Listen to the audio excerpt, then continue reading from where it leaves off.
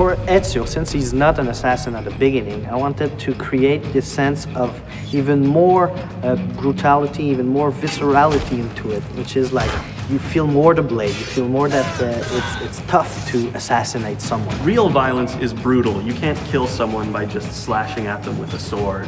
You know, when you kill someone, there's an effect. Your weapon reacts, you know, gets stuck in their bodies.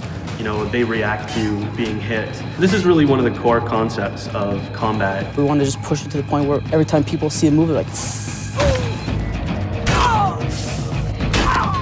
or you want to show your friends. So you bring them over and you say, look at this when you do it, and they're all like, oh my God. That's what we wanted to bring. Another thing we wanted is to make fight better, but also make it so that fight wasn't the only tool in the game. So in AC2, there will always be an option for escaping. You have to play smart. You can't always fight every fight because you're going to lose. So you have to pick and choose your battles. So there's going to be 3 guards archetypes in the game.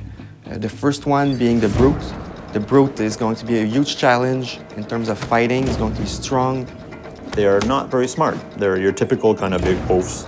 And they're very susceptible to sort of social gameplay. So you can blend, they'll never figure out that you're in a blend spot. Then we have the Seeker, the more paranoid type of guard, you know, the guy who's searching to see where Ezio is, and even like in Bale of Eight or in a group of people, he can say, oh, you're there. The third is the Agile, and the Agile is obviously against the free running. Not only is he good at catching you when you're free running, he can also do free running. The other thing that's really cool about the archetypes is that each one uses a special weapon. You can actually steal people's weapons now. By stealing the archetypes' weapons will unlock a whole new set of combat attacks. Okay, this is a type of guy, he has a spear, you know, spears are long, so I can grab it and take it from him and kill someone else. Whereas a Brute is heavily armored and you can pound on it all day long with your weapon and not really get anywhere. You've got to be clever to beat those kind. We made a technology that basically allows an AI to say, oh, okay, instead of just fleeing down a street, if I'm capable, why not flee up a building or flee up a ladder or flee across free running elements or boats or whatever?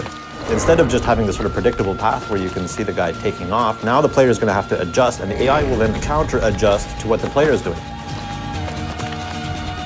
In AC2, we have a bunch of new weapon types. We have maces, two-handed weapons, axes and swords. Hammers, spears, halberds, different types of daggers, hidden blades, 2 hidden blades. These allow for a lot of interesting variety to the combat. In AC1, the only thing you could do in fight with the hidden blades was counter kills. There was nothing else. But this time around, it counts as a full weapon. You're going to want to be more visceral. You're going to want to attack. You're going to want to kill. You're more of a badass.